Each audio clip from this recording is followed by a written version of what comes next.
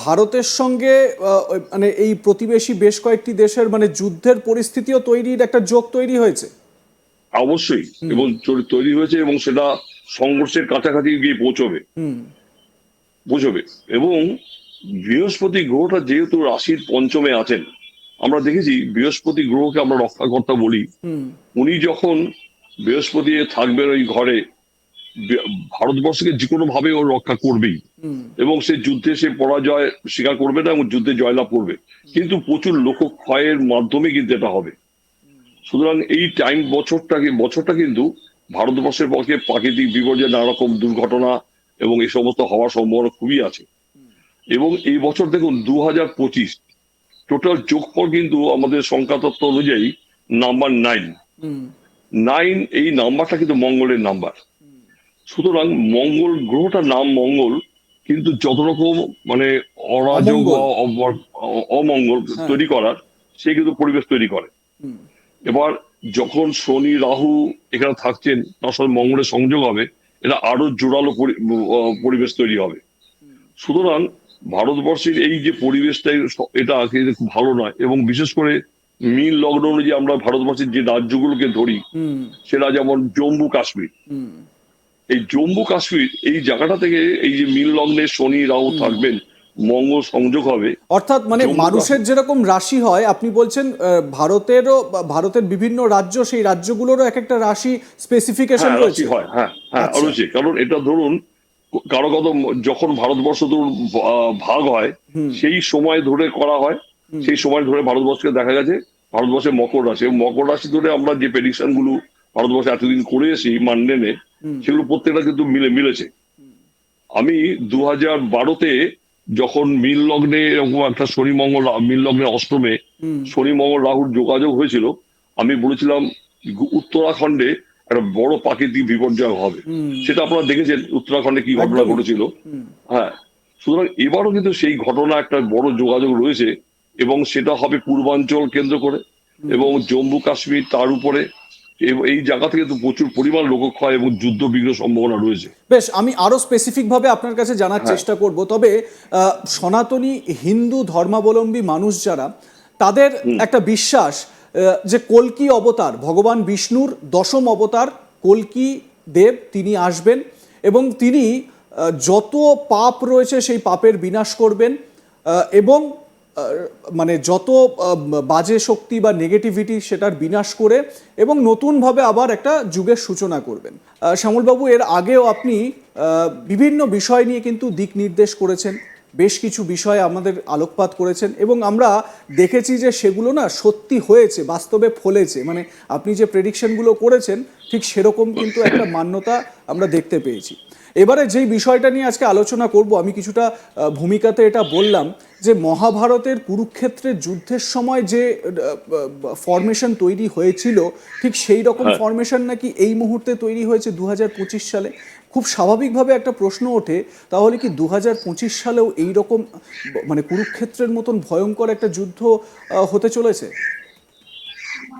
দেখুন, তারপরে যে আমরা তো মহাভারতের যুদ্ধের যে আমরা টাইম যেটা আমরা পেয়েছি, সেটা দেখা যাচ্ছে যে কথিত আছে খ্রিস্টপূর্বে 3138 অব্দে, যেটা কলি যুগাব্দ বলেই গণনা করা হয়। কারো কারো মতে কুরুক্ষেত্রের যুদ্ধের পরে এই কাল গণনাটা আরম্ভ হয়। এটা অনেকে আবার বলে যে কৃষ্ণের মৃত্যুর পর থেকেই এই কলিযুগটা স্থায়ী হয়েছিল। এই যে কলিযুগে স্থায়ী হয়েছিল এই যে টাইমটা, এটা সম্বন্ধে একটু বিতর্ক আছে বলতে, আমাদের আর্যভট্ট, যিনি জ্যোতিষ গবেষণা করেছিলেন, বিশিষ্ট গণিতজ্ঞ, তার মতে কিন্তু ছিল 3102 এর 18ই ফেব্রুয়ারি আমরা এই টাইমটা পেয়েছি। এবং দেখা যাচ্ছে যে যুদ্ধের 7 দিন পরে সেই সময় সূর্য গ্রহণ হয়, এবং কৃষ্ণের ছল চাতুরিতে, আমাদের ভীমের কৌশলে আমরা সেই সময় জয়দ্রথকে হত্যা করা হয়।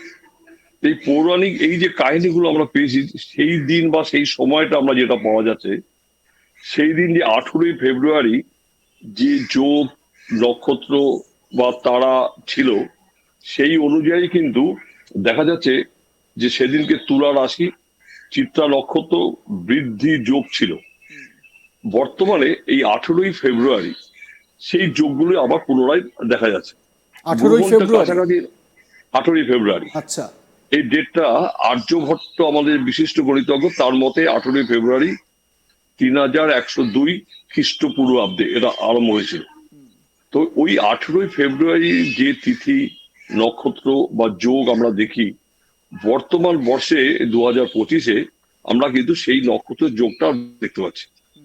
শুধু তাই নয়, আমাদের যে গ্রহ সন্নিবেশ যেটা আছে, ধরুন এই 2025-এর মার্চে শনি প্রবেশ করবেন আপনার মীন রাশিতে, রাহু ওখানে অবস্থান করছেন, আর বৃহস্পতি গ্রহটাও বসে আছেন একদম এতে বৃষ রাশিতে। তো ভারতবর্ষের দুটো, একটা হলো রাশি অনুযায়ী মকর রাশি, আর লগ্ন অনুযায়ী ধরা হয় বৃষ লগ্ন।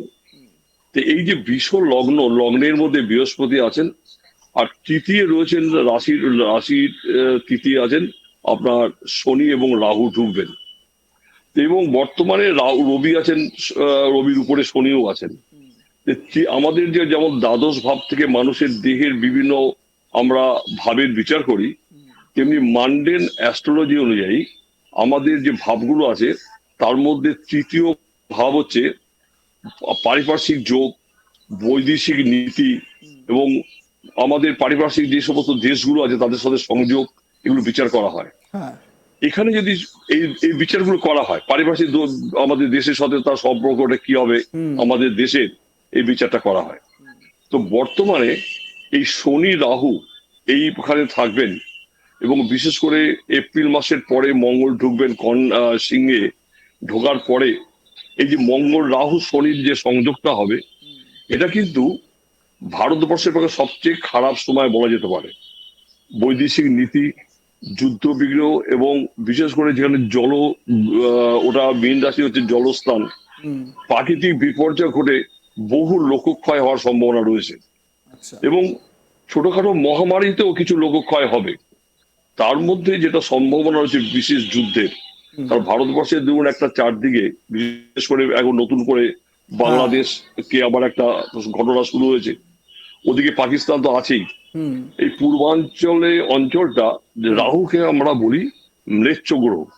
ম্লেচ্ছ বলতে খ্রিস্টান বা মুসলিম ধর্মকে আমরা গুরুত্ব দেই।